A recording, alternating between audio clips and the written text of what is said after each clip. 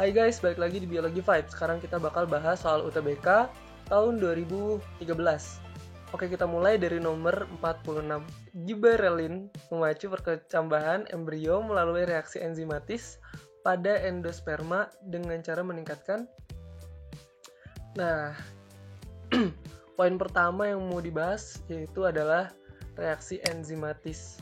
Kita harus tahu dulu, enzim itu dia adalah biokatalisator. Yang mana biokatalisator ini rata-rata melakukan pemecahan. Nah, sekarang di sini ada kalimat kata-kata awal nih. Gitu, ada pemecahan, ada pembentukan. Nah, berarti untuk A sama B itu udah salah. Nah, terus kita lihat di sini pemecahan amilum menjadi maltosa, sukrosa menjadi fruktosa, protein menjadi asam amino. Nah, gibberellin itu dia seenggaknya punya 3 enzim. Pertama, amilase, kedua, lipase, yang ketiga, protease. Nah, lipase ini mengubah lipid menjadi gliserol sama asam lemak. Nah, sedangkan kalau amilase itu amilum menjadi maltosa.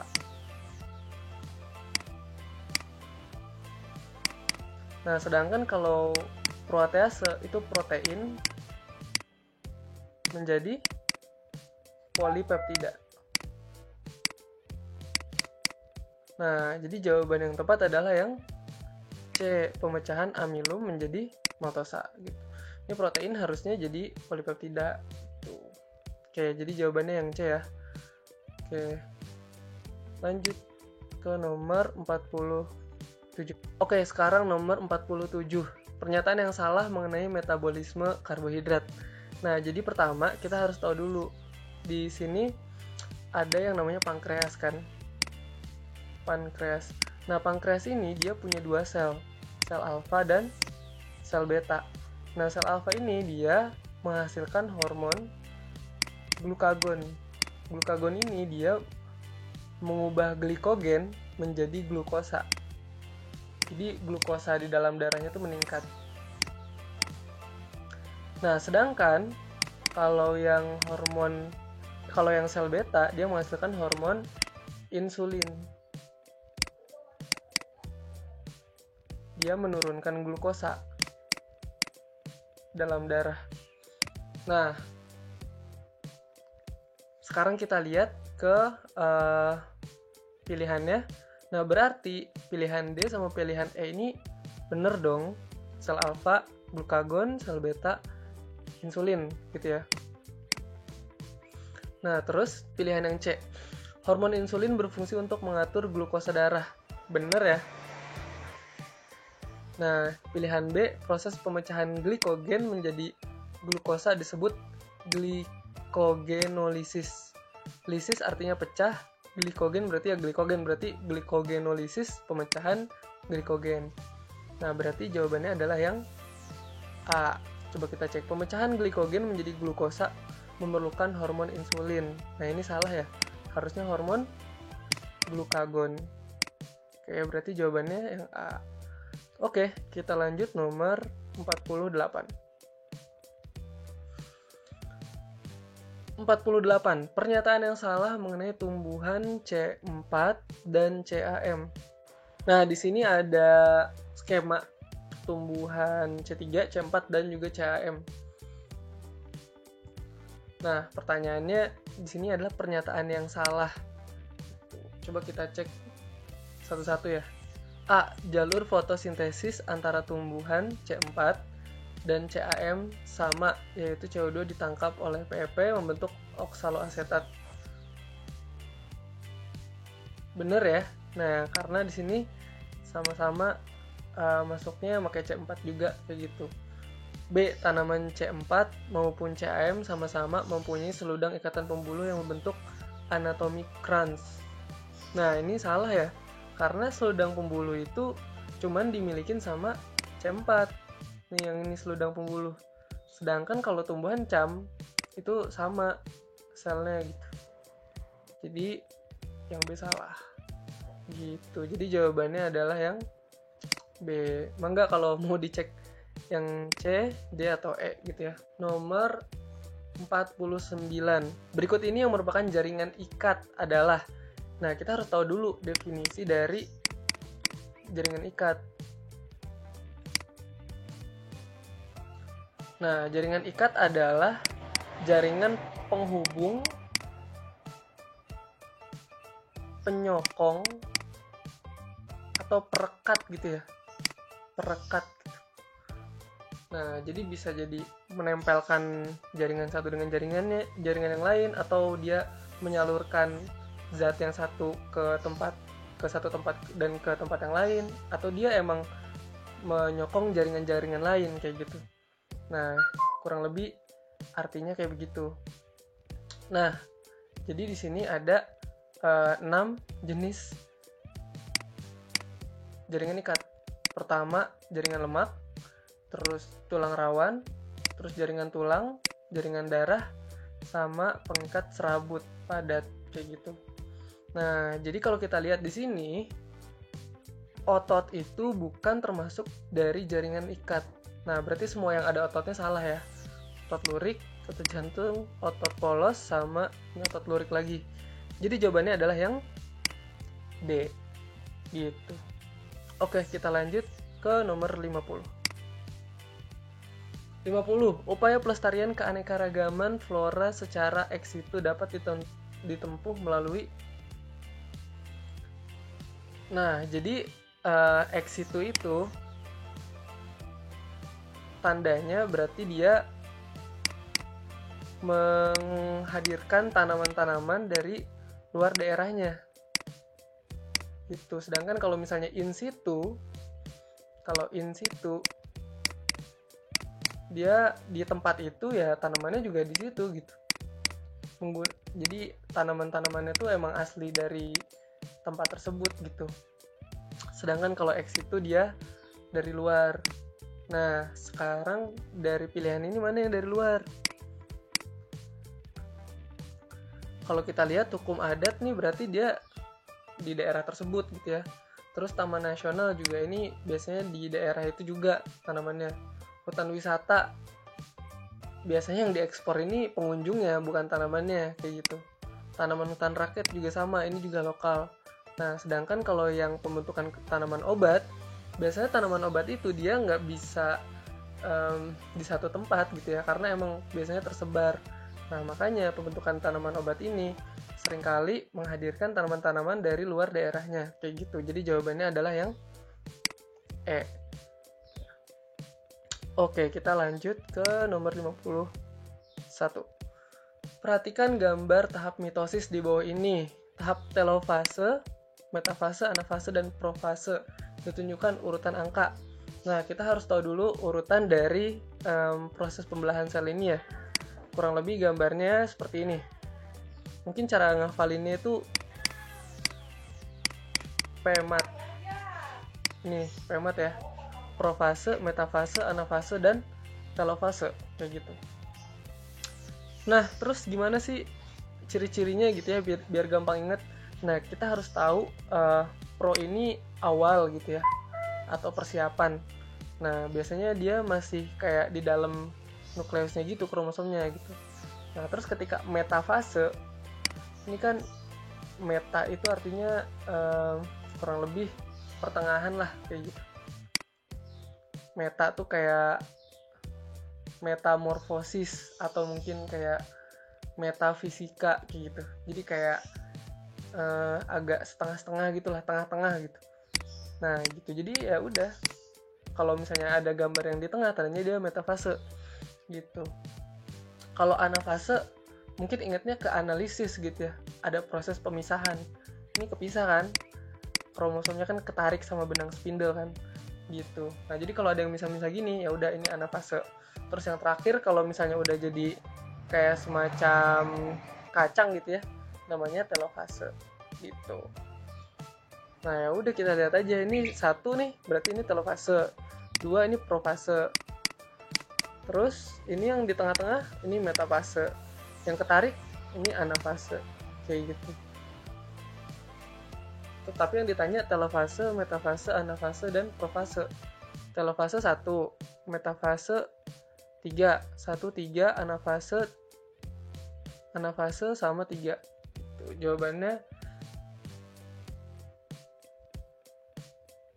1, 3, 4, 2. Berarti yang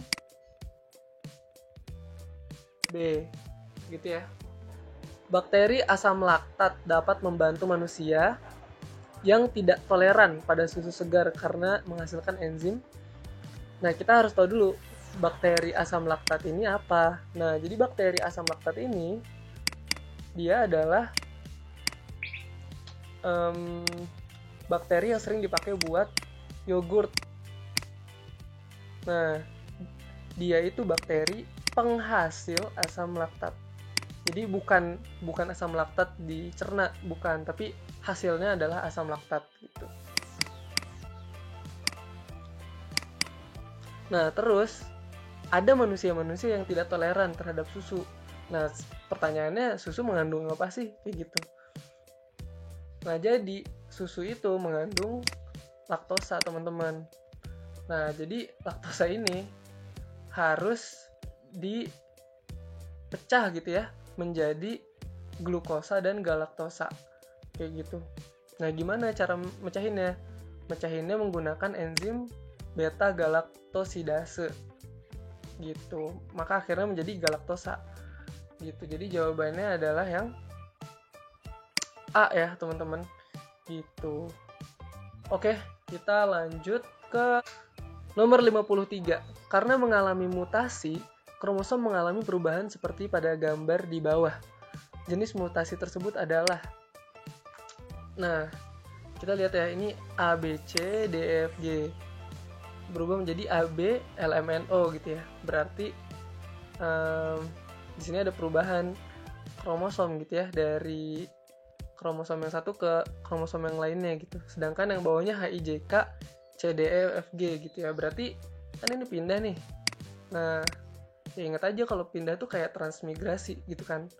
Oke, berarti jawabannya adalah yang E, translokasi. Oke, gitu ya. Berarti nomor 54. Berdasarkan grafik di atas, insulin yang paling cepat membantu penyerapan gula adalah, nah, jadi kan insulin ini membantu penyerapan gula ya, atau glukosa lah dalam darah.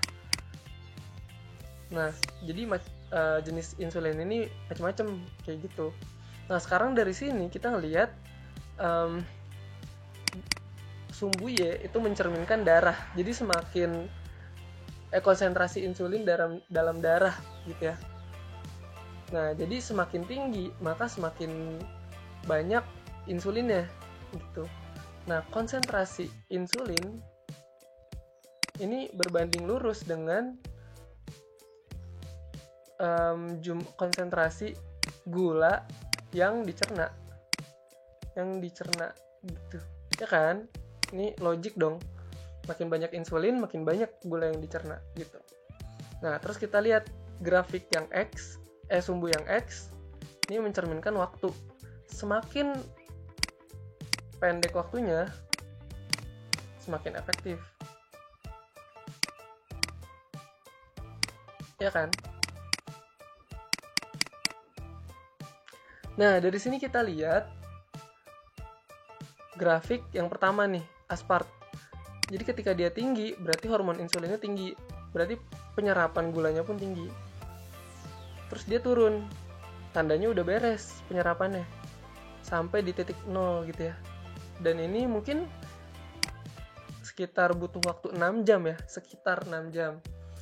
Terus ini insulin biasa.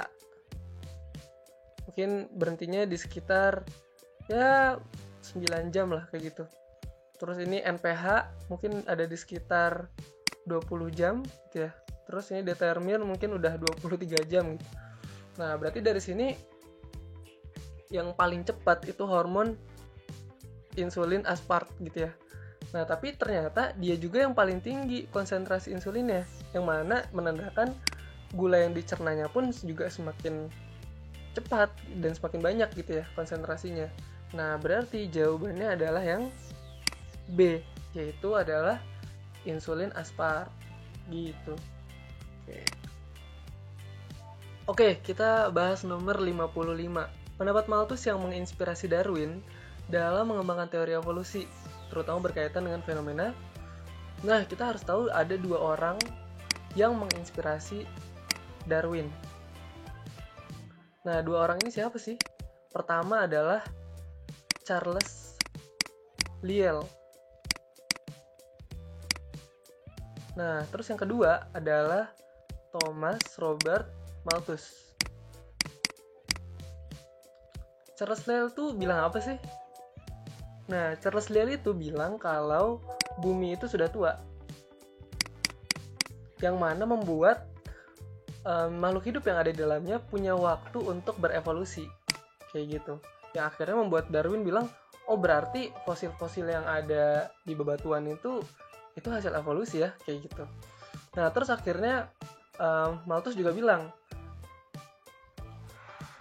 kalau peningkatan makhluk hidup itu, penduduk itu meningkat secara geometrik, sedangkan makanan yang ada di muka bumi meningkat secara aritmatik. Jadi kalau penduduk itu 1, 2, 4, 8, 16, 32, 64 kayak gitu. Nah, sedangkan kalau makanan itu penambahannya 1, 2, 3, 4, 5, 6, 7, 8 kayak gitu. Jadi akhirnya membuat makhluk hidup itu, menurut Darwin gitu ya, dia mengambil kesimpulan makhluk hidup itu dia harus ada proses seleksi alam. Harus ada yang berjuang lebih dari makhluk hidup yang lain gitu.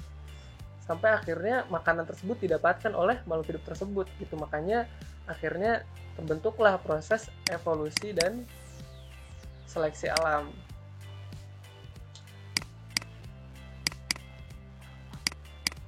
Nah, sekarang kita lihat ke pilihan yang ada di nomor 55 ini. Nah, yang A, kompetisi untuk mendapatkan pasangan hidup. Ini beda ya sama pendapatnya Malthus. Malthus lebih ke makanan. B, kompetisi untuk mendapatkan makanan. Nah, ini bener ya. C, adaptasi terhadap cara reproduksi. Bukan. Kondisi geologi ini Lyell. Terus adaptasi terhadap lingkungan gitu. Nah, berarti jawabannya adalah yang B. Nomor 56. Tumbuhan Leguminusae dapat digunakan untuk penghijauan lahan kritis yang kekurangan unsur nitrogen. Nah, mungkin bagi yang belum tahu bisa lihat ya, ini kurang lebih tanamannya. Jadi ini ada kayak bulatan-bulatannya gitu ya. Nah, yang bulatan-bulatan ini adalah bintil akar gitu. Nah, pertanyaannya adalah apakah benar lahan kritis itu kekurangan unsur nitrogen, dan apakah benar tumbuhan ini bisa melakukan penghijauan? Jawabannya benar. Jadi emang ini bisa dijadiin untuk penghijauan gitu. Terus sebabnya tumbuhan Leguminusae dapat bersimbiosis dengan jamur untuk membentuk bintil akar yang mampu mengikat nitrogen. Nah, ini jawabannya adalah salah. Kenapa? Karena bukan jamur, tapi bakteri. Gitu. Jadi ini salah ya. Karena seharusnya adalah bakteri Rhizobium sp. Gitu. Oke, kita lanjut nomor 57. Urea merupakan hasil metabolisme protein yang beredar dalam darah dan harus diekskresikan oleh ginjal melalui urin. Bener apa salah? Bener ya? Oke, kita lihat deh. Nah, jadi urea itu hasil dari proses ekskresi asam amino. Nah, kita lihat di sini asam amino ada 4 tangan, ada struktur asam aminonya, ada aminonya, ada hidrogen, ada varian gitu ya. Jadi yang membuatnya itu jadi beda-beda gitu. Nah, aminonya ini ketika proses pembentukan uh, apapun gitu ya, metabolisme yang berada di tubuh manusia, terutama di bagian protein gitu ya. Nah, amino ini bakal kebuang gitu, nggak kepake menjadi urea gitu. Nah, urea ini akhirnya dibuang lewat darah dan akhirnya disaring ke ginjal, terus menjadi sebuah urin gitu. Nah, berarti jawaban yang pertama benar. Gitu. Sebab kadar urea dalam darah dapat dijadikan indikator fungsi ginjal. Bener apa salah? Bener ya, karena ya filtrasi itu kan di glomerulus, ya kan? Atau di ginjal lah, di lapisan luar ginjal gitu. Nah, kalau seandainya ada urea dalam darah dalam jumlah yang banyak, tandanya ginjalnya bermasalah, glomerulusnya bermasalah kayak gitu. Kalau misalnya ureanya stabil atau jumlahnya sedikit gitu ya, tandanya ginjalnya benar kayak gitu. Nah, jadi ini bisa jadi sebuah indikator juga. Nah, ini benar, dan ini nyambung juga gitu ya. Berarti jawabannya adalah yang A. Gitu. Oke, kita lanjut nomor 58. Pernyataan yang benar tentang herbivora dalam ekosistem adalah faktor abiotik membatasi kehidupan herbivora. Ini benar ya? Ya, maksudnya seherbivoranya hewan yang herbivora gitu ya. Pasti dia juga butuh air, butuh udara gitu ya. Kalau enggak ya mereka bisa kehabisan nafas gitu. Nah, terus kepadatan populasi herbivor dibatasi oleh interaksi antar spesies. Misalnya ini kambing gitu. Nah, terus ada sapi, terus juga ada domba, terus ada kelinci yang sama-sama makan rumput gitu ya. Jadi dan sama-sama bereproduksi gitu. Jadi akhirnya mereka nggak punya tempat yang layak kalau terlalu banyak gitu ya. Akhirnya bisa jadi terganggu gitu proses reproduksinya kayak gitu. Terus yang ketiga, terdapat kompetisi intraspesies yang membatasi jumlah herbivor. Ya pasti juga ini juga terjadi ya. Sesama kambing nih pasti dia berkompetisi juga mendapatkan rumput gitu ya. Dan kalau seandainya rumput ini habis, bisa jadi ada yang kelaparan dan akhirnya mati kayak gitu. Nah, ini pembatasan juga. Dan yang keempat, kehidupan herbivor dibatasi oleh aliran energi dalam ekosistem. Nah, ini juga benar ya. Maksudnya kambing mungkin nanti dimakan singa atau dimakan harimau gitu ya. Terus nanti harimaunya dimakan lagi gitu ya sama bakteri atau detritivore gitu ya. Dan ini jadi sebuah aliran energi dari matahari turun ke rumput atau produsen, terus dimakan kambing, terus dimakan singa, dan seterusnya gitu. Dan ini akan ada sebuah pembatasan gitu. Nggak mungkin kan selamanya rumput ada kayak gitu. Oke, berarti jawabannya benar semua ya. Kalau benar semua itu berarti nomor 59. Pernyataan yang benar tentang biosintesis asam lemak adalah. Nah, jadi ini proses pembentukan asam lemak ya. Nah, kita lihat di sini bahwa asam lemak itu dia adalah bagian dari lemak gitu ya. Jadi lemak ketika dipecah gitu ya, itu jadi gliserol dan asam lemak. Nah, asam lemak ini dia berkondensasi gitu ya dengan asetil-CoA untuk masuk ke siklus Krebs. Nah, di sini kita harus tahu kalau siklus Krebs itu adanya di mitokondria.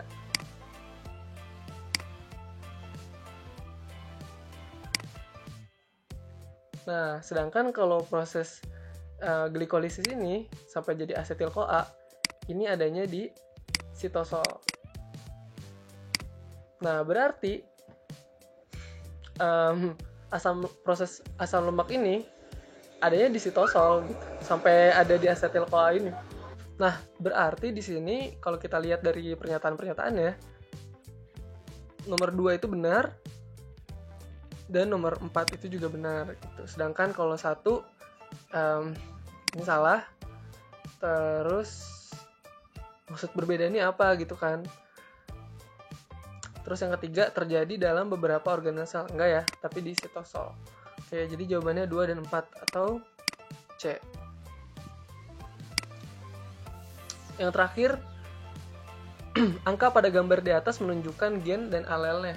Nah, kita harus tahu di sini mana gen, mana juga alel. Nah, jadi ini ada kromosom homolog gitu ya. Terus ada bagian lokus. Ini ada bagian kromosom yang punya suatu sifat gitu ya, namanya gen A besar, dan alelnya ini adalah A kecil. Jadi ya kita nyari aja yang A besar sama A kecil. 1 dan 4 misalnya. 1 ABCD, ini EFGH, beda ya. Salah. 1 3 ABCD IJK, ini juga salah. 3 2 dan 3 AFGH IJK, ini juga salah. Nah, terus yang keempat 2 dan 4 EFGH gitu ya. Nah, berarti ini benar ya. E besar sama E kecil, F besar F kecil, G besar G kecil, H besar H kecil. Berarti jawabannya cuma 4. Kalau cuma 4 berarti jawabannya yang D ya. Gitu. Oke. Terima kasih. Oke, thanks for watching. Bisa di like dan subscribe buat ngedukung channel ini. Bye.